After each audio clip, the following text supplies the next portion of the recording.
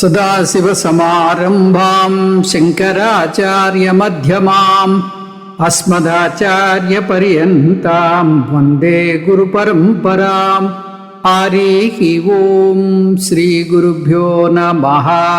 హరి ఓం. మనం సద్దర్శనము అనేటటువంటి రమణ మహర్షుల యొక్క గ్రంథాన్ని అధ్యయనం చేస్తున్నాం. క్రితం క్లాస్లో దీని ఉపోద్ఘాతం చెప్పాను. ఇప్పుడు ఈరోజు మనం ఆ యాక్చువల్ గ్రంథం మొదలు పెట్టుకుందాం.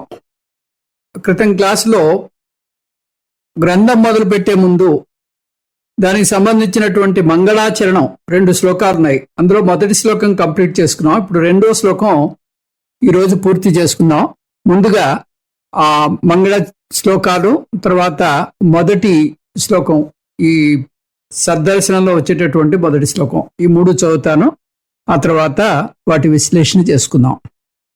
సత్ప్రత్యయా కిం ను విహాయ సంతం ఉద్దేశ్య చింతారహితో హృదాఖ్యః కథం స్మరామస్తమమేయమేకం తస్య స్మృతి తత్ర దృఢైవ నిష్ఠా.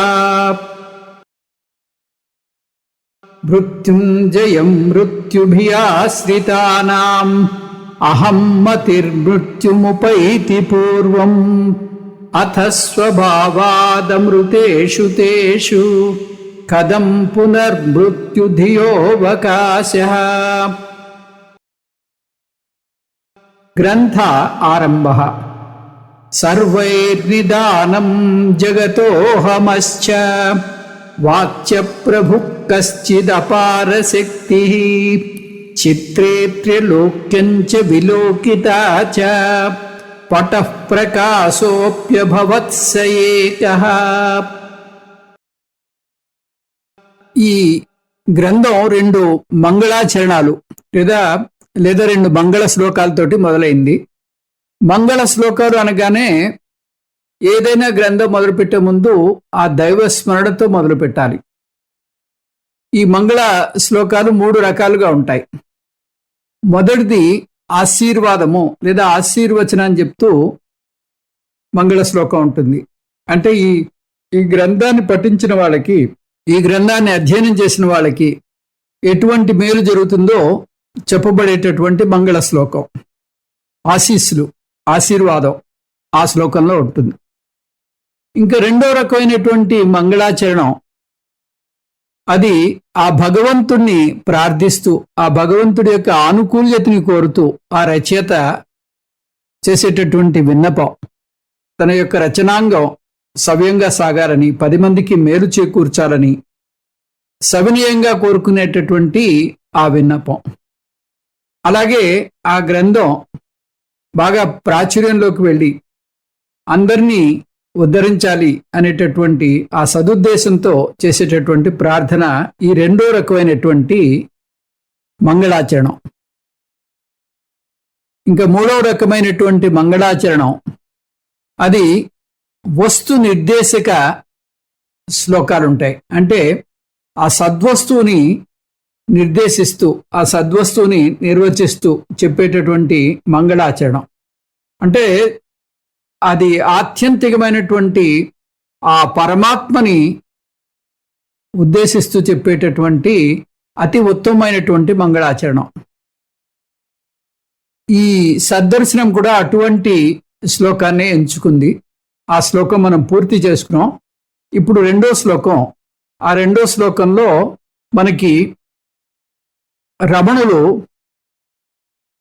ఆ శివ మహిమ గురించి మాట్లాడుతున్నారు.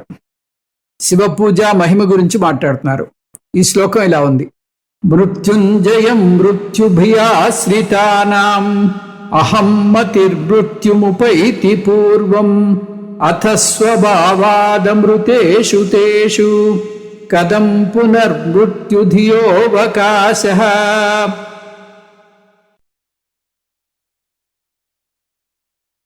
ఈ 2వ మంగళ మంత్రాన్ని సూక్ష్మంగా మనం అర్థం చేసుకుంటే, మృత్యుంజయం మృత్యుభయాశ్రితానాం, ఆ మృత్యుభయం ఉన్నటువంటి ఆ భక్తుడు మృత్యుంజయుణ్ణి అంటే ఆ పరమశివుణ్ణి ఆశ్రయిస్తున్నాడు. అహం మతిర్ మృత్యుముపైతి పూర్వం. ఆ పరమశివుడు ఈ భక్తుడి యొక్క అహంకారాన్ని నిర్మూలిస్తున్నాడు. హతస్వభావాదమృతేషు తేషు. ఎప్పుడైతే అహంకార నిర్మూలన జరిగిందో, అహంకారం ఏ రూపంలో ఉంది? నేను భక్తుడను, నేను గురువును, నేను శిష్యుణ్ణి, నేను ధనికుణ్ణి, నేను చాలా ఉత్తమ కులానికి చెందినవాణ్ణి, ఇవన్నీ కూడా అహంకారం. ఆ అహానికి ఏది చేర్చినా కూడా అహంకారమే. అటువంటి అహంకారాన్ని పూర్తిగా నాశనం చేసి అహంలో నిలిపాడు మృత్యుంజయుడు. ఎప్పుడైతే అహంలో నిలిచాడో అతని యొక్క పూర్ణత్వ దర్శనం చేసుకుంటున్నాడు. అతస్వభావాదమృతేషు తేషు. ఆ పూర్ణత్వాన్ని అనుభవించడమే అమృతంలో ఓలలాడడం. కదం పునః మృత్యుదియోవకాశ. అటువంటి ఆ స్థితిలో, అటువంటి ఆ పూర్ణత్వ స్థితిలో ఇంకా భయము ఉండే అవకాశం ఎక్కడిది? అంటే రెండోది లేదు, ఉన్నదంతా ఆ ఆత్మే అని, ఆ ఆత్మ ఒక్కటే అనేటటువంటి ఆ ఏకత్వంలో, ఆ ఏకత్వ నిశ్చయంలో ఉండేటటువంటి ఆ సాధకుడికి భయమే లేదు. ఆనందం బ్రహ్మణో విద్వాన్ న బిభేతి కుతశ్చనేతి. బహుశా అది శివరాత్రి సమయం అయి ఉండొచ్చు, అందుకని ఆ శివ పూజతోటి ఈ గ్రంథాన్ని ఆరంభిస్తున్నారు. శివ మహిమ, ఆ శంకరుడు యొక్క విభూతిని కొనియాడుతూ, ఆ శంకరుడు యొక్క విభూతిని తెలుపుతూ ఈ శ్లోకం వస్తోంది. ఇందులో ఈ శివ పూజ ముఖ్యంగా మరణ భయం ఉండేటటువంటి భక్తుడు చేస్తున్నాడు. ఆ మరణ భయాన్ని పోగొట్టమంటూ ఆ భక్తుడు చాలా వినయంగా ఆ మృత్యుంజయుణ్ణి కోరుకుంటున్నాడు. ఇక్కడ శంకరుణ్ణి మృత్యుంజయుడు అని సంబోధిస్తున్నారు రమణులు. మృత్యుంజయుడు అని ఎందుకు వచ్చిందంటే, ఆ మార్కండేయ కథ చెప్పుకున్నాం. మార్కండేయ మహామునిని ఆ శంకరుడు ఎలా రక్షించాడో అదంతా కూడా మనం క్రితం క్లాసులో చెప్పుకున్నాం. కాబట్టి ఆ యముడి నుంచి మనం తప్పించుకోవాలి, ఆ యమధర్మరాజు నుంచి తప్పించుకోవాలంటే శంకరుడే శరణ్యము అనేటటువంటి విషయం మీద శివపూజ యొక్క గొప్పతనాన్ని శ్లాఘిస్తూ మృత్యుంజయ అనేటటువంటి పదాన్ని వేశారు. కాబట్టి ఈ భక్తుడు ఆ మృత్యు భయంతో ఉన్నాడు.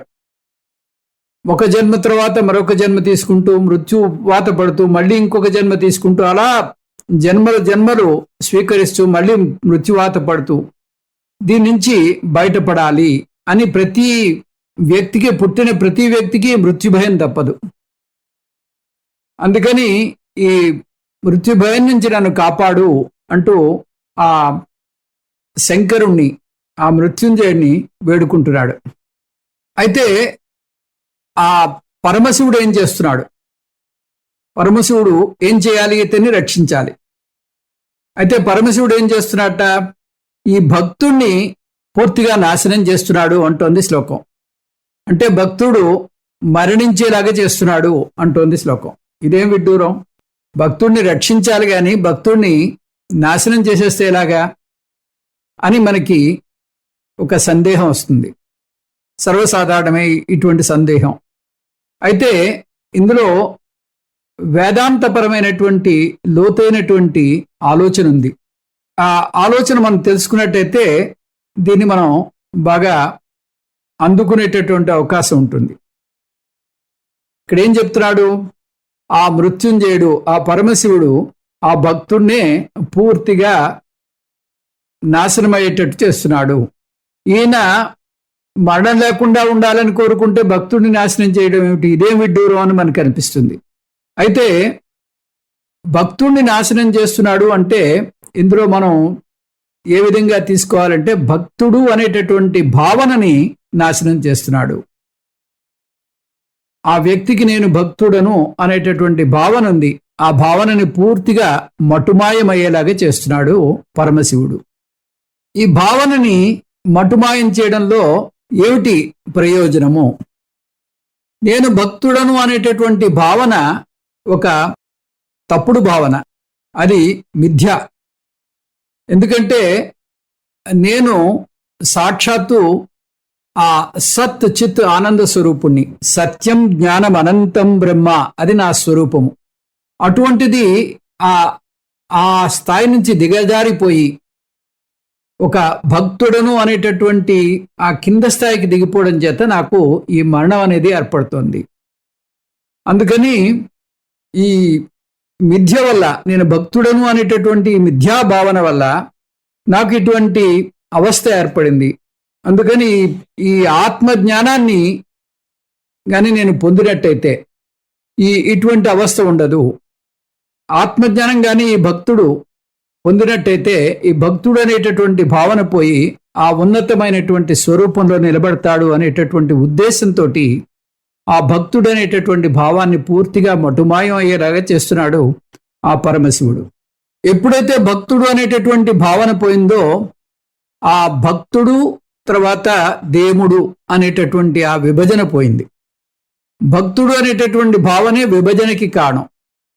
ఎటువంటి విభజన? భక్తుడు అనే పదం ఎప్పుడైతే మనం మాట్లాడామో ఆ భక్తుడు అనే పదానికి ఆ అవతల వైపు మనం ఆ దేవుడు అనే పదాన్ని వేయాలి.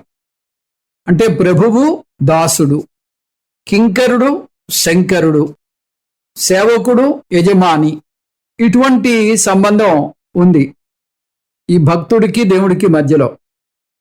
కాబట్టి ఆ విభజన ఎప్పుడైతే ఉందో, ఆ విభజన ఎందువల్ల వచ్చింది? నేను భక్తుడను అనుకోవడం వల్ల ఈ విభజన ఏర్పడిపోయింది. ఈ విభజన ఏం చేస్తోంది? అది పరిమితత్వాన్ని తెచ్చిపెడుతోంది. అపరిమితుడైనటువంటి ఆ జీవి, అపరిమితుడైనటువంటి ఆ వ్యష్టి తన యొక్క అనంతత్వాన్ని పూర్తిగా మర్చిపోయి ఆ పరిమితత్వాన్ని కోరి తెచ్చుకుంటున్నాడు ఎప్పుడైతే నేను భక్తుడను అనేటటువంటి ఆ చట్రంలో ఇమిడిపోయాడు. కాబట్టి ఎక్కడైతే ఈ భక్తి, నేను భక్తుడను అనేటటువంటి ఆ భావన కొనసాగుతుందో అప్పుడు పరిమితత్వం అనేది మనకి తెలియకుండానే మనలో వ్యాపించేస్తుంది. ఆ పరిమితత్వం నానాత్వానికి, బహుత్వానికి దారితీస్తుంది. నానాత్వానికి, పరిమితత్వానికి దారితీసి నేను భక్తుడను. ఈ భక్తుల్లో మళ్ళీ కేటగిరీస్ ఉంటాయి. నేను ఇగో ఇన్ని రకాలైనటువంటి ఈ తతంగాలు చేస్తున్నాను కాబట్టి నేను పరమ భక్తుడిని, వాడు తక్కువ స్థాయిలో ఉన్నటువంటి భక్తుడు అంటాడు. ఇంకా తను కొలిచేటటువంటి ఈశ్వరుడు తను పరిమితుడైపోతున్నాడు, తను కొలిచేటటువంటి ఈశ్వరుని కూడా పరిమితుడిని చేసేస్తూ ఉంటాడు. సర్వవ్యాపకమైనటువంటి ఈశ్వరుడు, అంతటా కనిపిస్తున్నటువంటి ఈశ్వరుణ్ణి పరిమితుడిని చేసేసి ఒక ప్రదేశానికి మాత్రమే పరిమితం చేస్తాడు. శివభక్తుడైతే కైలాసానికి, అదే భూలోకంలో చూడాలంటే 12 లింగాలు ఉన్నాయంటాడు. ఈ 12 లింగాలు చూస్తే గాని మోక్షం లేదంటాడు. ఇంకా విష్ణు భక్తుడైతే 108 విష్ణు క్షేత్రాలు చూడాలంటాడు. అంత విభజన జరిగిపోతుంది. ఇంకా దేవి భక్తుడైతే 18 శక్తిపీఠాలు ఉన్నాయి, అవన్నీ చూసి తీరాలంటాడు. ఈ విధంగా ఆ భగవంతుడిని పరిమితం చేసేస్తున్నాడు. సర్వవ్యాపకుడైనటువంటి భగవంతుడి పరిమితం చేస్తున్నాడు, తాను కూడా పరిమితుడైపోతున్నాడు. ఈ విధమైనటువంటి విభజనే పరిమితత్వానికి, అశాశ్వతత్వానికి, మరణానికి దారితీస్తోంది. ఇప్పుడు మనం జరిగినటువంటి లాజిక్లో ఉండే స్టెప్స్ చూద్దాం. నేను భక్తుడను అనేది విభజనకి దారితీస్తోంది. విభజన పరిమితత్వానికి దారితీస్తోంది. పరిమితత్వం మరణానికి దారితీస్తోంది. చూడండి ఎలా అయిపోయిందో. అందుకని ఈశ్వరుడు ఏం చేస్తున్నాడు? నేను భక్తుడను అనేటటువంటి ఆ భావనని పూర్తిగా తొలగిస్తున్నాడు. అంటే నేను భక్తుడను అనే భావన అది అహంకారానికి సూచన. అదే అహంకారము. ఎందుకంటే ఆ సత్ చిత్ చైతన్యమైనటువంటి ఆ నేనుకి మీరు ఏది కలిపినా కూడా అది అహంకారం అయిపోతుంది. ఆ పారమార్థికమైనటువంటి ఆ నేనుకి మీరు ఏది కలిపినా కూడా అది, ఆ నేను తర్వాత ఏది చేర్చినా కూడా అది అహంకారం అయిపోతుంది. మామూలుగా మనం అహంకారం అంటే ఏమనుకుంటాం? నేను అహంకర్త ఇది అహంకార అంటుంది తత్వబోధ. అంటే నేను చేస్తున్నాను, నేను అనుభవిస్తున్నాను, ఇదంతా నా వల్లే అవుతోంది అనేటటువంటి ఆ భావన, ఒక విధమైనటువంటి గర్వం, ఇదంతా అహంకారం అని మనం సాధారణమైనటువంటి ఆలోచనలో ఉంటాం. కానీ వేదాంతం ఇంకా లోతుల్లోకి వెళ్ళి ఏం చెప్తుందంటే, నేను అని అక్కడ ఆగిపోతే అది అహం. ఆ నేనుకి మీరు ఏదైనా చేర్చినట్టయితే, నామరూపాలు చేర్చినట్టయితే, లేదా ఏదైనా ఒక పాత్ర చేర్చినట్టయితే అది అహంకారం అయిపోతుంది అంటుంది. అంటే చూడండి, ఇప్పుడు మన ఆలోచనలో తేడా వచ్చేసింది. ఇంతవరకు మనం ఏమనుకున్నాం, నేను అంటే ఆ గర్వంతో ఉండేటటువంటి భావన ఎప్పుడైతే ఉందో, ఆ నేను ప్లస్ గర్వము, దాన్ని అహంకారం అని చెప్పుకున్నాం. కానీ ఇప్పుడు వేదాంతం ఏం చెప్తుందంటే, నేనుకి ఏది చేర్చినా కూడా, గర్వమే కాదు, నేనుకి ఏది చేర్చినా కూడా, నేను గురువుని, నేను భక్తుడని, నేను శిష్యుడని, నేను ఇదిగో ఈ తండ్రిని, నేను తాతని, నేను కొడుకుని, ఈ విధంగా ఏది చేర్చినా కూడా అది అహంకారం అయిపోతుంది. ఎందుకంటే అది తక్కువ స్థాయిలో ఉండేటటువంటి నేను. దాని నుంచి మనం ఎదగాలి. ఇవన్నీ కారము, అహంకి కారాన్ని చేర్చడం అనమాట. అందుకని ఎప్పుడైతే ఈ కారాన్ని చేర్చామో, నామరూపాలు చేర్చామో ఆ నేనుకి, అప్పుడు అది అహంకారం అయిపోయింది. ఆ అహంకారాన్ని మనం పూర్తిగా నాశనం చేయాలి. అదే ఈ పరమశివుడు చేసేటటువంటి విషయం. భక్తుడు తర్వాత దేవుడు అనేటటువంటి ఆ విభజన పూర్తిగా తొలగించాలి. ఎప్పుడైతే విభజన పోయిందో ఇంకేమవుతుంది, నేను భక్తుడనై ఉన్నాను అని చెప్తున్నాడు ఎంతవరకు. ఆ భక్తుడనై అనే పదం పోయింది. అప్పుడు ఏముంటుంది, నేను ఉన్నాను, నేను ఉన్నాను అని మిగిలింది. ఆ నేను అనేది చైతన్యము, ఉన్నాను అనేది అది ఉనికి. అంటే సత్ చిత్, సత్ ఉన్నాను, చిత్ నేను. అంటే సత్ చిత్ ఆనంద స్వరూపము. అదే శుద్ధమైనటువంటి ఆ సత్, శుద్ధమైనటువంటి ఆ చిత్, అదే నేను ఉన్నాను. కాబట్టి ఈ మృత్యుంజయుని ఎప్పుడైతే మనం వేడుకున్నామో, ఆ మృత్యుంజయుని వేడుకుంటే ఆ మృత్యుంజయుడు మనలో ఉండేటటువంటి అహంకారాన్ని పూర్తిగా నాశనం చేసేస్తాడు. ఎప్పుడైతే అహంకారం పోయిందో, ఆ కారం అనేది ఎగిరిపోయిందో, అప్పుడు అహం అంటే నేను, అహమస్మి, నేను ఉన్నాను. ఆ నేను చిత్, ఉన్నాను సత్. సో సత్ చిత్ ఆనంద స్వరూపుణ్ణి, అది మాత్రమే మిగిలింది. ఇప్పుడు మృత్యుభియాశ్రితానాం అంటున్నాడు ఈ శ్లోకంలో. మృత్యుభియాశ్రితానాం అంటే, మృత్యుభియ అంటే మృత్యుభయం ఉన్నటువంటి వాడు, ఆశ్రితానాం, ఆశ్రితానాం అంటే ఏంటి, ఆశ్రిత అంటే ఆశ్రయించడం, రక్షణ కోరుకోవడం. మృత్యుభయం ఉన్నటువంటి ఈ భక్తుడు, ఈ దాసుడు ఆ మృత్యుంజయుడిని రక్షణ కోరుకుంటున్నాడు. ఎటువంటి రక్షణ కోరుకుంటున్నాడు, నాకు మృత్యువు నుంచి విముక్తి కలిగించు. మృత్యువు అంటే ఆ యమధర్మరాజు. యమధర్మరాజు ఎప్పుడు వచ్చి పాశం విసురుతాడో తెలియదు. అందుకని ఆ యమధర్మరాజు నుంచి నాకు ఎలాగైనా రక్షణ కల్పించు అంటూ కోరుకుంటున్నాడు. ఇవి ఈ శరీరం ఉన్నంత వరకు తప్పదు. కాబట్టి కృష్ణ పరమాత్మ చెప్పాడు, జన్మ మృత్యు జరావ్యాధి దుఃఖ దోషానుదర్శనం అని చెప్పాడు. ఈ సంసారం అనేది ఎలా ఉంటుందో చెప్తూ. కాబట్టి ఈ మృత్యు అనేది ఒక్కసారి వచ్చేది కాదు, అది క్షణక్షణం అన్ని నాశనం చేస్తూ ఉంటుంది. ఈ శరీరాన్ని నాశనం చేసి ప్రారంభం ఎప్పుడైతే పూర్తిగా సమసిపోయిందో అప్పుడు ఈ శరీరం పడిపోతుంది. అంటే యముడు తన పాశాన్ని విసిరేశాడు. అని ఈ కాలం ఏం చేస్తుందంటే, అనుక్షణం దాంట్లో ఆ క్షీణతని కలిగిస్తుంది. అస్థి జాయతే వర్ధతే విపరిణమతే అపక్షీయతే వినశ్యతి అని చెప్పారు. అందుకని ఈ జీవుడు ఏమనుకుంటాడు, ఈ మృత్యువు నుంచి తప్పించుకోవాలి. మృత్యువు నుంచి తప్పించుకోవాలంటే ఏం చేయాలి, నేను భక్తుడినై ఇగో ఈ దేవుని కొలిచినట్టయితే పుణ్యం సంపాదించి స్వర్గాది లోకాలకి వెళ్తాను. స్వర్గాది లోకాలకిన్నా కూడా ఈ యమధర్మరాజు తరువుకుంటూ వస్తాడు. అక్కడ కూడా మనకి శాశ్వతత్వం లేదు. అందుకని భగవద్గీతలో మనకు వచ్చింది, ఆ బ్రహ్మ భువనాల్లోకాత్ పునరావర్తినోర్జున మాం ఉపేత్యతు కౌంతేయ పునర్జన్మ న విద్యతే. నన్ను శరణు కోరినట్టయితే నీకు పునర్జన్మ లేదు. ఇక్కడ ఎలాగైతే మృత్యుంజయుని కోరుకున్నాడో, మృత్యుంజయుని కోరుకుంటే ఆ అహంకారాన్ని తీసేశాడు. అహంకారాన్ని అంటే ఇగో భక్తుడు అనేటటువంటి ఆ భావనను ఎప్పుడైతే నిర్మూలన చేశాడో అప్పుడు ఆ స్వస్థితిలో, ఆ పరిపూర్ణమైనటువంటి పూర్ణత్వంలో, ఆ ఆనంద స్వరూపంలో నిలిచాడనమాట. ఇక్కడ మనకి ఈ వాలి తర్వాత సుగ్రీవుడి కథ గుర్తుకొస్తుంది. వాలి సుగ్రీవుడిని చంపుదామని బయలుదేరతాడు. సుగ్రీవుడు ఎక్కడికి వెళ్ళినా కూడా వాలి వచ్చేస్తూ ఉంటాడు, వచ్చి చంపడానికి రెడీగా ఉంటాడు.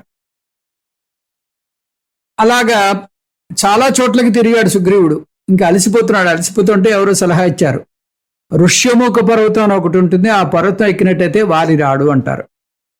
అంటే అప్పుడు సుగ్రీవుడు ఋష్యముఖ పర్వతం చేరుకుని ఆ పర్వతం ఎక్కి కూర్చుంటాడు. వాలి అంతవరకు వస్తాడు కానీ ఋష్యముఖ పర్వతం మీద మాత్రం అడుగు పెట్టాడు. ఎందుకంటే అతనికి ఒక శాపం ఉంది. ఆ ఋష్యముఖ పర్వతం మీద కానీ అడుగు పెట్టినట్టయితే అతని తల 1000 చెక్కలైపోతుంది అని. అందుకని అక్కడితో ఆగిపోతాడు. ఇప్పుడు ఈ వాలి యమధర్మరాజు, సుగ్రీవుడు జీవుడు, ఋష్యముఖ పర్వతము ఇదిగో ఆ మృత్యుంజయుడు. మనం కానీ ఆ మృత్యుంజయుడిని ఆశ్రయించినట్టయితే మనకి ఎటువంటి మృత్యు భయమో ఉండదు. ఎలాగ మృత్యు భయం ఉండదంటే ఇగో నాలో ఉండేటటువంటి ఆ అహంకారాన్ని పూర్తిగా సమసిపోయేటట్టు చేస్తాడు. మృత్యుభియ ఆశ్రితానాం, భీహి అంటే భయం, అహం మతి మృత్యుం ఉపైతి. ఈ మృత్యుం ఉపైతి అంటే ఈ అహంకారం అనే దాన్ని పూర్తిగా ఈ మృత్యుంజయుడు నాశనం చేసేస్తాడు. ఎలా నాశనం చేస్తాడు అంటే జ్ఞానాన్ని ఇచ్చి. అహం మతి అంటే అహంకారం అన్నమాట. ఈ అహంకారాన్ని పూర్తిగా నాశనం చేసి శరణు కోరినటువంటి ఆ భక్తుణ్ణి ఆ మృత్యుంజయుడు కాపాడుతాడు అన్నట్టుగా ఈ శ్లోకం వస్తుంది. అహంకారం ఇంకో జీవ జగత్ ఈశ్వర అనేటటువంటి భేదాన్ని కల్పిస్తుంది. భేద కారణ రూప అహంకారం అహం ఇతి. భేద కారణ రూప అహంకారం అహం మతి. ఈ మతి అంటే కారహ అంటే అహంకారము, ఆ కారం చేరుస్తున్నాం కదా, ఆ కారమే ఇదిగో అహం మతి అని. మృత్యుం ఉపాయితి అంటే ఆయన పూర్తిగా ఈ అహంకారాన్ని, ఈ కారాన్ని పూర్తిగా పోగొట్టేస్తాడు. ఎప్పుడైతే ఆ భక్తుడనై ఉన్నానో, ఆ భక్తుడనై తీసేశాడో, నేను భక్తుడనై ఉన్నానో, భక్తుడనై తీసేస్తే నేను ఉన్నాను అది మిగిలింది. అంటే నేను అంటే చిత్, ఉన్నాను అంటే సత్. ఇప్పుడు ఈ మృత్యుంజయుడు ఎలాగ జ్ఞానాన్ని ఇస్తాడు అంటే గురువుని శాస్త్రాన్ని ప్రసాదించి ఆ భక్తుణ్ణి ఉద్ధరిస్తాట. ఆ పరమశివుడు మంచి శ్రోత్రియుడైనటువంటి బ్రహ్మనిష్ఠుడైనటువంటి గురువుని ఈ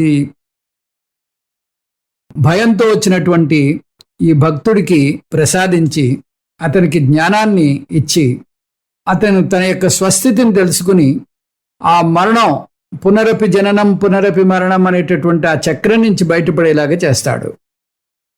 ఇది విషయం. ఒకవేళ గురువు గాని అతని దగ్గరలో లేనట్టయితే ఆ దేవుడే దక్షిణామూర్తి రూపంలో వచ్చి తనే గురువుగా అయి అతనికి ఆ బోధ చేస్తాడు అన్నట్టుగా కూడా చెప్తున్నారు మన శాస్త్రంలో. కాబట్టి అహం మతి మృత్యుం ఉపైతి అంటే మృత్యుం అంటే నాశనం చేయడం, ఉపైతి అంటే అది పూర్తిగా అహమ్మతి మృత్యుం ఉపైతి అంటే ఈ అహంకారాన్ని పూర్తిగా నాశనం చేసేస్తాడు.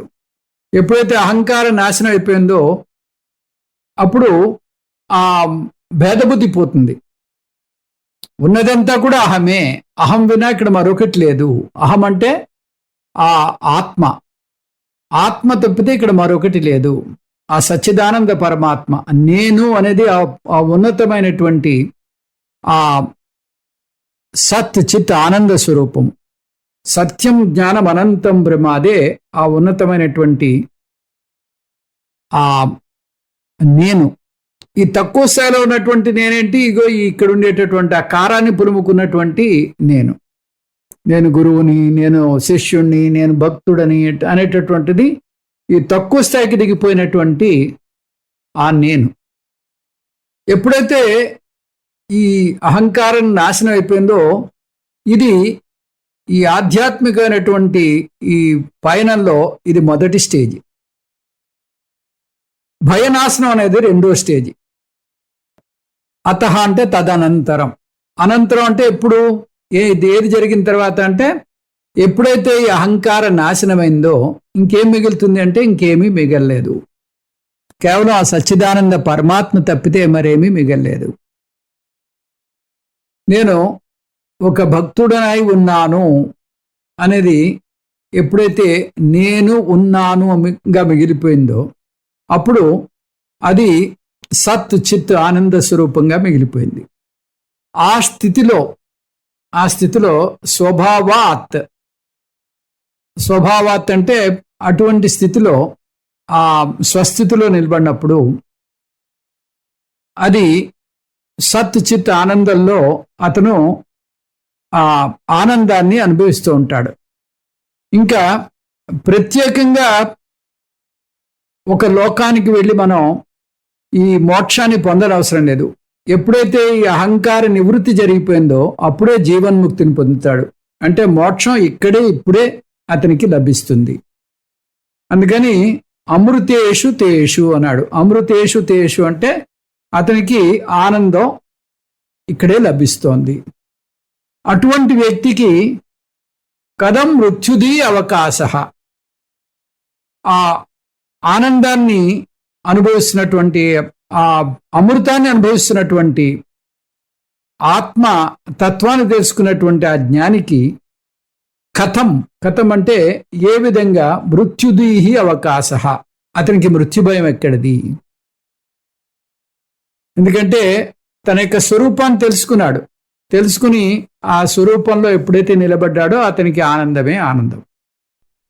ఆనందం బ్రహ్మణో విద్వాన్ న బిభేతి కుతశ్చనేతి అని మనం తెలుసుకున్నాం. అటువంటి వాడికి ఎటువంటి భయము ఉండదు. ఇది భయనాశనం అనేది రెండో మెట్టు. ఈ భయం ఎక్కడి నుంచి వస్తుంది అంటే విభజన వల్ల వచ్చింది. ఆ విభజన పోవాలంటే ఈ అహంకారంలో ఈ కారాన్ని తీసేసాం. కారము అంటే ఈ అహానికి మనం చేర్చినటువంటి ఈ వేరే పదాలు ఏవీ లేకుండా కేవలం అహం మాత్రమే ఉండేటట్టుగా మనం, నేను తండ్రిని, నేను జ్ఞానిని అనేది కూడా అహంకారమే. అహంకారం ఎంత తమాషాగా ఉంటుందంటే మనం చాలా జాగ్రత్తగా ఉన్నాం, అహంకారం లేకుండా ఉన్నాం అని అనుకుంటాం. ఆత్మజ్ఞానాన్ని అంతటినీ పొందుతాం. ఆత్మజ్ఞానాన్ని పొందగానే హెడ్ వెయిట్ పెరిగిపోతుంది. హెడ్ వెయిట్ పెరిగిపోయి నేను జ్ఞానిని అనేటటువంటి అహంకారం ప్రవేశించి ఇంకా ప్రతి వాడిని తూలనాడడం మొదలెడతాడు. అందుకని నేను జ్ఞానిని అనేది కూడా అది కూడా అహంకారమే. కాబట్టి ఆ నేను అనేది మాత్రమే మిగిలాలి. కథం అవకాశ, ఇంకా ఎక్కడ స్కోప్ ఎక్కడుంది, ఇంకా అవకాశం ఎక్కడుంది ఇతనికి ఈ మృత్యుభయం ఉండడానికి? అంటే అహంకార నాశనం ఎప్పుడైతే జరిగిందో మృత్యుభయ నాశనం కూడా జరిగిపోయింది. ఈ విధంగా ఈ శ్లోకంలో ఈ రెండవ మంగళాచరణంలో మనకి చెప్పేటటువంటి సలహా ఏంటంటే ఆ శివ పూజని మనం కానీ చేసినట్టయితే, ఆ మృత్యుంజయుణ్ణి శరణు కోరినట్టయితే ఆయన మనకి గురువుని, శాస్త్రాన్ని ప్రసాదించి మనకి ఈ మృత్యు భయం లేకుండా చేస్తాడు అని చెప్పారు. అయితే ఒక చిక్కు సమస్య వస్తుంది. మీరు శివభక్తులు కాదు, మీరు విష్ణు భక్తులు అనుకోండి. మీ ఇష్టదైవం వేరే ఏదో ఉంది, వెంకటేశ్వర స్వామో మరొకటో ఉంది. శివుడు అయితే కాదు. అప్పుడు ఎలాగా అంటే రమణుల ఉద్దేశం వేరే దేవతల్ని ఆశ్రయించవద్దు అని కాదు. ఆయన అరుణాచలేశ్వరంలో ఉన్నాడు. ఆయన ఆ అరుణాచలేశ్వరుని పూజించాడు కాబట్టి ఇది ఆ దిశలో నడిచింది. మనం ఏ దేవుణ్ణి కోరుకున్నా కూడా ఆ దేవుడు మనకు కావలసినటువంటి ఈ గురువుని, శాస్త్రాన్ని, ఆ శ్రోత్రియుడైనటువంటి బ్రహ్మనిష్ట గురువుని, శాస్త్రాన్ని మనకి అందించి మనని ఉద్ధరిస్తాడు. ఇది దీంట్లో ఉండేటటువంటి విషయం. ఇంకా మనం యాక్చువల్ టెస్ట్లోకి ప్రవేశిద్దాం. సర్వైర్నిధానం జగతోహమశ్చ వాచ్య ప్రభు కశ్చిదపార శక్తి చిత్రేత్యలోక్యం చ విలోకితా చ పటః ప్రకాశోప్యభవత్స ఏకః.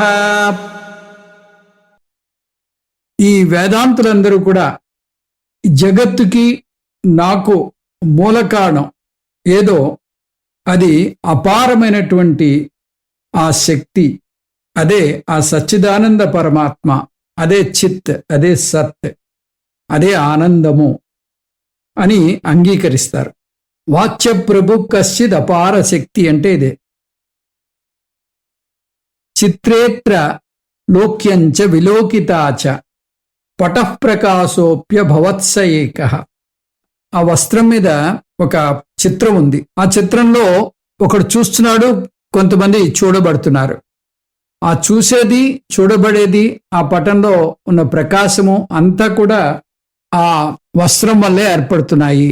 ఎలా వస్త్రం వీటన్నిటికీ ఆధారము, ఆ విధంగా ఈ నానాగా ఉండేటటువంటి జగత్తుకి, అనేకంగా కనిపించేటటువంటి జగత్తుకి ఆ సత్ చిత్ ఆనందము, ఆ చైతన్యతత్వము అదే ఆధారము. ఇక్కడ ఈ సద్దర్శనంలో ముఖ్యమైనటువంటి భూమిక ఏంటంటే ఈ విభజన లేనటువంటి ఆ సత్ చిత్తుని కనుక్కోవడమే. సత్ చిత్ అనే దాంట్లో ఎటువంటి విభజన లేదు. జీవుడు, ఈశ్వరుడు, జగత్తు అనేటటువంటి విభజన లేదు. అందుకని మన యొక్క ఏకాగ్రత అంతా కూడా ఆ విభజన లేనటువంటి సత్ చిత్ కనుక్కోవడానికి ఈ ప్రయత్నం అంతా. అది అహంకార నిర్మూలన వల్ల జరుగుతుందని చెప్పాం. విభజనని మనం ఏం చేస్తామంటే ఇదంతా కేవలం నామరూపాత్మకం అని ఈ యుక్తి ద్వారా మనం నిరూపించి, నామరూపాత్మకం కాబట్టి ఇదంతా మిథ్య, అందుకని దీంట్లో ఎటువంటి విభజనకి అవకాశం లేదు అని ఆ విధమైనటువంటి జ్ఞానంతో ఈ విభజనని తోసిపుచ్చేస్తాం. అంటే జీవుడు కేవలం నామరూపం, సత్ చిత్తు మీద ఒక నామరూపాన్ని ఆరోపిస్తే అదే జీవుడు, ఒక నామరూపాన్ని ఆరోపిస్తే అదే ఈశ్వరుడు, అదే సత్ చిత్తు మీద ఒక నామరూపాన్ని ఆరోపిస్తే అదే ఈశ్వరుడు.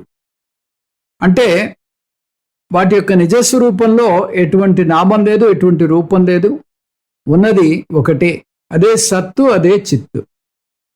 అంటే ఈ నామరూపంగా ఎప్పుడైతే మనం వీటన్నిటినీ చూసామో అదంతా మిథ్యాత్వ నిశ్చయం అని మనం ఆ తైత్రీయంలో నేర్చుకున్నాం. మిథ్యాత్వ నిశ్చయం వల్ల వాటిని అది తోసిపుచ్చేటటువంటి అవకాశం ఉంది.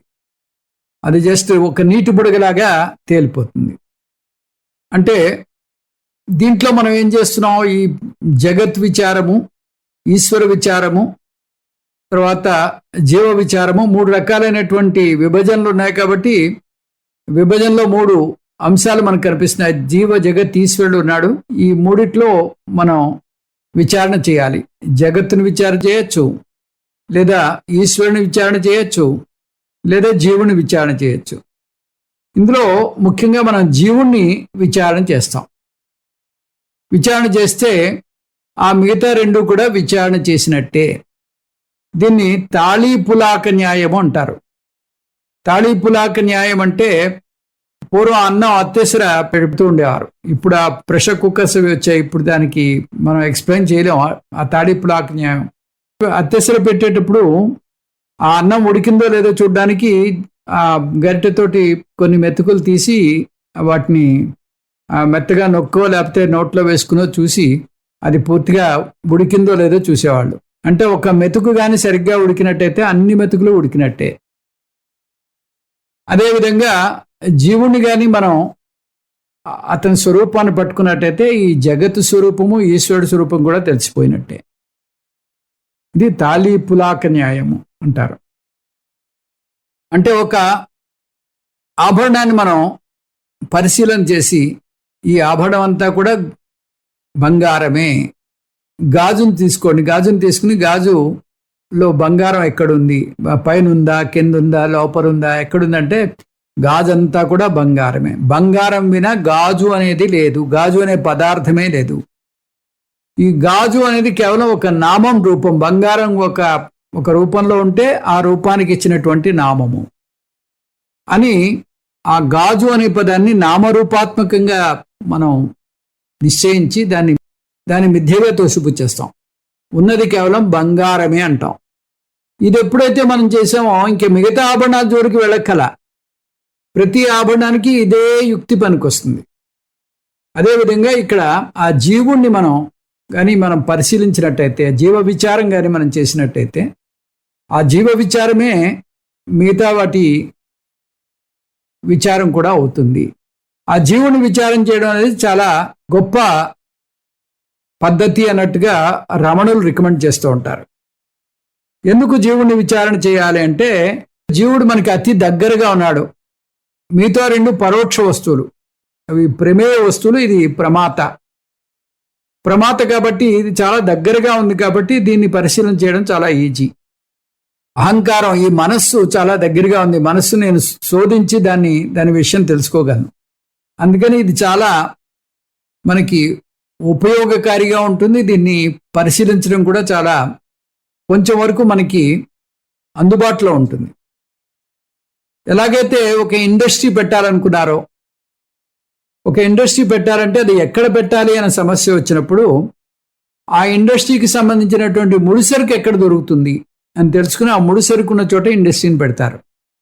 అప్పుడు ఆ ట్రాన్స్పోర్ట్కి ఎక్కువ ఖర్చు అవ్వదు. ముడిసరుకును ఒక చోట నుంచి ఇంకో చోట తీసుకెళ్లేటటువంటి ట్రాన్స్పోర్ట్లో ఉండేటటువంటి కాస్ట్ తగ్గిపోతుంది.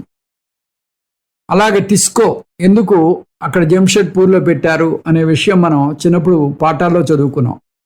అదే మాదిరిగా మనకి అతి దగ్గరగా ఉంది కాబట్టి ఈ మనస్సు, దీన్ని, ఈ అహంకారపూరితంగా ఉన్నటువంటి దీన్ని మనం విచారణ చేసి దీని యొక్క నిజత్వాన్ని నిగ్గుతేల్చచ్చు. అయితే ఇదంత సులభమైనటువంటి విషయం కాదు.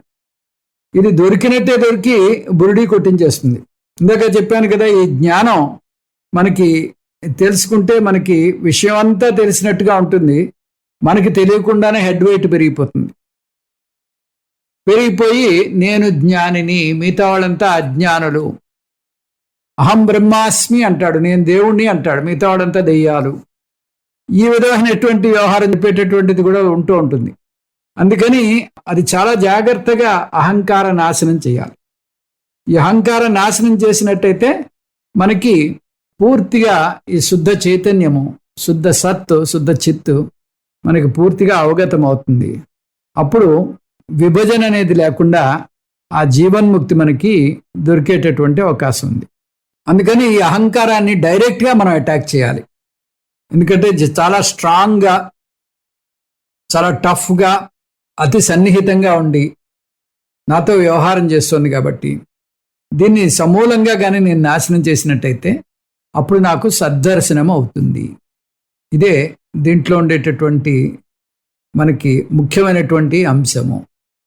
అయితే మనం వేదాంతపరంగా మనం చూసినట్టయితే సృష్టి ప్రకరణం అని, స్థూల సృష్టి, సూక్ష్మ సృష్టి, ఈ పంచభూత సృష్టి, తర్వాత పంచీకరణం, ఇట్లా రకరకాలుగా చెప్తారు.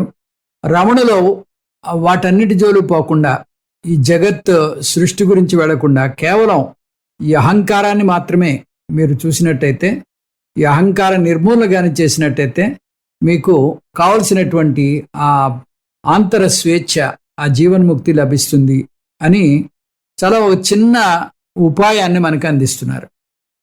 ఒక చిన్న కిటుకు మనకిస్తున్నారు. కాబట్టి ఇది చాలా గొప్ప గ్రంథం. ఈ అహంకార విచారమే రమణులు తన యొక్క గ్రంథాల్లో ఎక్కువగా ఫోకస్ చేస్తూ ఉంటారు. అంటే ఈ సద్దర్శనమే కాకుండా మిగతా గ్రంథాల్లో కూడా అహంకార నిర్మూలనం అదే కిటుకుగా ఆయన చెప్తూ ఉంటారు. అయితే ఈ అహంకార నిర్మూలన వల్ల మనకు వచ్చేటటువంటి ప్రయోజనం ఏమిటి, ఈ అహంకారం నిర్మూలన యొక్క ప్రాముఖ్యత ఏమిటి, దీని లక్ష్యం ఏమిటి, ఇవన్నీ కూడా చాలా వివరణగా చెప్తూ ఉంటారు. కానీ మీరు కొంచెం పరిశీలనగా చూస్తే ఒక్క పాయింట్ మిస్ అవుతూ ఉంటుంది. ఆ పాయింట్ ఏమిటంటే, ఈ అహంకార నిర్మూలన గురించి ఇంత గంభీరంగా చెప్పి ఈ అహంకార నిర్మూలన ఎలా చేయాలి అనే విషయం చెప్పరు రమణులు. ఆ విషయం మాత్రం ఆయన మౌనం దాల్చారు. ఆ విషయానికంటే ఏ విషయానికి, అహంకార నిర్మూలన ఏ విధంగా చేయాలి, దాని పద్ధతి ఏమిటి అనే విషయం మీద రమణులు పూర్తిగా మౌనం వహించారు. మౌనం అనేది అంగీకారానికి చెప్తుంది, అనంగీకారానికి చెప్తుంది. కాబట్టి మౌనంగాని మనం వహించినట్టయితే ఆ మౌనం వల్ల మనకి ఆ విషయం మనకి బోధపడదు. ఇప్పుడు ఆ బుద్ధుడి దగ్గరికి వెళ్ళి ఒక శిష్యుడు అడిగాట, నాకు దేవుడు అంటే ఎలా ఉంటాడో దేవుడి గురించి చెప్పండి అని అడిగాట. అసలు బుద్ధుడు ఏమీ మాట్లాడకుండా మౌనం పాటించాడు. మౌనం పాటిస్తే ఇంకా ఆయన మౌనాన్ని తీసుకుని రకరకాలైనటువంటి సిద్ధాంతాలు వచ్చేసాయి. కొంతమంది శూన్యమే భగవంతుడు అని చెప్పారు, దాన్ని నిహిలిజం అంటారు. కొంతమంది క్షణిక విజ్ఞానవాదము అన్నారు. కొంతమంది ఇగో ఈ భగవంతుడు ఆయన మాటల్లో చెప్పేవాడు కాదు అని, ఈ విధంగా అనేక రకాలైనటువంటి ఆలోచనలు బయలుదేరిపోయాయి. అందుకని ఈ అహంకార విచారం ఎలా చేయాలి అనే విషయం సాక్షాత్తుగా ఆ రమణులు చెప్పని కావడం చేత కొంతమంది దీన్ని మరొక విధంగా దాన్ని అర్థం తీసి దాన్ని ఆ విధంగా ప్రచారం చేస్తూ ఉంటారు. అదేమిటంటే, మౌనంగా కూర్చుని నేనెవర్ని నేనెవర్ని నేనెవర్ని నేనెవర్ని అని పదే పదే మనం ప్రశ్నించుకుంటూ ఉన్నట్టయితే నేనెవరో తెలుస్తుంది. ఇది 100% వేద విరుద్ధము, వేద బాహ్యమైనటువంటి విషయం. శాస్త్ర అవగాహన లేకుండా, గురువు యొక్క సహకారం లేకుండా కేవలం నేనెవర్ని నేనెవర్ని నేనెవర్ని అనే పదే పదే మనం అనుకున్నట్టయితే మనం ఆ తప్పుదోవకి వెళ్ళిపోయేటటువంటి అవకాశం ఉంటుంది, లేదా మన యొక్క కాలం వృధా అవుతుంది. ఇందులో ఎందుకు రమణులు ఇది చెప్పలేదు అనే విషయం మనం ఆలోచించినట్టయితే, ఇది తప్పనిసరిగా గురువు ద్వారా శాస్త్రం ద్వారా నేర్చుకోవాలి. శ్రోత్రియుడైనటువంటి బ్రహ్మనిష్ఠుడైనటువంటి గురువు ద్వారా నేర్చుకోవాలి. అందుకే రమణులు దీని పద్ధతి రాయలేదు. ఈ శ్లోకంలో కానీ పద్ధతి చెప్పేసినట్టయితే ఈ శ్లోకం మనం ఎక్స్ప్లెయిన్ చేస్తే ఆ పద్ధతి చాలు, మనం తెలుసుకుందాం ఈ విధంగా అని చెప్పి ఆ శిష్యులంతా కూడా ఆ పద్ధతి ఫాలో అయిపోయి గురువుని ఆశ్రయించరు, శాస్త్రాన్ని ఆశ్రయించరు. అందుకని రమణులు తన శిష్యులు ఇటువంటి తప్పుదోవలో పడకూడదు అనేటటువంటి ఉద్దేశంతో ఆయన ఇది ఎలాగా ఈ ఆత్మవిచారం చేయాలి, ఎలాగ ఈ అహంకార నాశనం చేయాలి అనేటటువంటి విధానాన్ని రాయడం చేయలేదు. ఆయన దీంట్లో మనకి చెప్పలేదు. వేదం మొట్టమొదట మనకి పుస్తక రూపంలో రాలేదు, లిఖితమైనటువంటి వేదం మొట్టమొదటిగా రాలేదు. కేవలం ఇది కర్ణ పరంపరగా వచ్చేది. ఆ కర్ణ పరంపరగా వచ్చినప్పుడు ఇటీవల కాలంలో దాన్ని ప్రింట్ చేద్దాం అనుకున్నప్పుడు మొట్టమొదటి దాని స్వరం ఇవ్వలేదు. ఎందుకంటే స్వరం ఇస్తే ప్రతివాడు ఇంకా గురువుని ఆశ్రయించకుండా చదివేసి దాని తప్పు స్వరాలతో చదివేటటువంటి అవకాశం ఉంటుంది. అందుకని చాలా కాలం స్వరం లేకుండా పుస్తకాలు ప్రింట్ అయ్యాయి. అయితే ఈ మధ్య కాలంలో స్వరంతో పుస్తకాలు వచ్చాయి. కానీ ఐడియా ఏంటంటే, స్వరం ఎందుకు ఇవ్వలేదంటే ఈ తప్పు స్వరం చదివేటటువంటి ఆ సమస్య వచ్చేస్తుంది కాబట్టి కేవలం గురుముఖత ఆ స్వరాన్ని నేర్చుకోవాలి అనే ఉద్దేశంతో మొట్టమొదటి వచ్చినటువంటి పుస్తకాలు స్వరం లేకుండా మనకి అందించారు. అదే మాదిరిగా ఇక్కడ రమణ మహర్షి యొక్క ఉద్దేశం ఏంటంటే, ఇది తప్పనిసరిగా ఈ ఆత్మవిచారం అనేది, ఆ అహంకార నాశనం అనేది గురుశాస్త్ర ముఖ్యేన, అంటే గురువు ద్వారా శాస్త్రం ద్వారా. మీరు ఆ గురువు గారు శాస్త్రాన్ని దర్పణంలో మన ఎదురుగుండా పట్టుకుని చూపిస్తే ఆ దర్పణంలో మన యొక్క స్వస్వరూపాన్ని మనం తెలుసుకుని, దాని ద్వారా మనం ఆత్మని, మన యొక్క స్వస్వరూపాన్ని తెలుసుకుని మనం ఆ నిష్టలో ఉండాలి. అది దీని యొక్క ఉద్దేశం. అయితే ప్రాసెస్లో జీవ జగత్ ఈశ్వర అని మూడు మనం చెప్పుకున్నాం కదా. మూడు కాకుండా రమణులు రెండే చెప్తారు. అంటే సబ్జెక్టు, ఆబ్జెక్టు, ప్రమాత, ప్రమేయము. అంటే చూసే నేను, చూడబడేటటువంటి వస్తువు. ఈ జీవుడు ప్రమాత, చూసేవాడు. ఇంకా ఈశ్వరుడు, జగత్తు ప్రమేయ వస్తువులు. అంటే ప్రమాత, ప్రమేయము ఈ రెండే ఉంటాయి. ఈ రెండిటి విభజన మనం లేదు, ఇవి రెండు కూడా నామరూపాత్మకమే అని మనం వాటిని నిర్ధారించాలి. జీవ జగత్ అనేటటువంటి ద్వంద్వత్వం అనేది లేదు. వీటి అధిష్టానం అదే బ్రహ్మ. ఇటువంటి విభజన లేనటువంటి అధిష్టానము అదే సత్ చిత్ ఆనంద స్వరూపము, అదే బ్రహ్మ, అదే నా యొక్క నిజ స్వరూపము అని మనం తెలుసుకోవాలి. సత్ చిత్ ఆనంద స్వరూపము అదే నా యొక్క నిజస్వరూపము అని నేను తెలుసుకోవాలంటే ఒక గురువుని ఆశ్రయించి దీర్ఘకాలం శ్రవణం, మననం, నిధిధ్యాసనం చేయాలి. అది చెప్తూ ఈ వేదాంతులందరూ కూడా ఈ అధిష్టానం, ఈ జీవ జగత్తుకి అధిష్టానం, ఆ కారణం ఏదైతే ఉందో ఆ కారణమే అదే సత్, అదే మనకి అనేకంగా భాషిస్తోంది, అనేకంగా కనిపిస్తోంది అంటున్నారు. అంటే ఉన్నది ఒకటే, కానీ ఉన్న ఒకటే అనేకంగా కనిపిస్తోంది. ఆ టీవీ స్క్రీన్ ఒకటే ఉంటుంది, కానీ దాంట్లో కనిపించేటటువంటి పిక్చర్లు, ఆ కనిపించేటటువంటి బొమ్మలు అనేకంగా ఉంటాయి. అదే మాదిరిగా ఇక్కడ అధిష్టానంగా ఉన్నది ఆ సత్ మాత్రమే, ఆ చిత్ మాత్రమే, కానీ అదే మనకి అనేకంగా కనిపిస్తోంది. జగత్తు నామరూపంగా మనకి కనిపిస్తూ ఉంటుంది. ఏకమైనటువంటి ఆ చైతన్యం, దాన్నే ప్రకాశము అని చెప్తున్నారు. ప్రకాశం అంటే అధిష్టానం అన్నమాట. ఆ ప్రభువు అనే పదం వాడారు ఆ 2వ లైన్లో. ఆ ప్రభువు, ఆ చైతన్యము 4వ లైన్లో ప్రకాశం అనే పదం వాడారు. ఆ చైతన్య రూపము అదే అనేకంగా కనిపిస్తోంది. అది ఎలా కనిపిస్తోంది? విలోకితాచ విలోక్యంచ, అది చూసేది, చూడబడేది. అంటే ప్రమాత, ప్రమేయము, సబ్జెక్టు, ఆబ్జెక్టు ఉన్నది ఒకటే, అదే సబ్జెక్టుగా కనిపిస్తుంది, అదే ఆబ్జెక్టుగా కనిపిస్తుంది. ఎలాగా? అది ఎలా పాసిబుల్ అంటే, మనం పడుకున్నప్పుడు స్వప్నం వస్తుంది. ఆ స్వప్నంలో నేనే ఆ స్వప్న శరీరంలో ప్రవేశించి స్వాప్నికుడిగా వ్యవహారం చేస్తూ ఉంటా. అక్కడ ఒక ప్రపంచాన్ని క్రియేట్ చేస్తా, స్వప్న ప్రపంచాన్ని.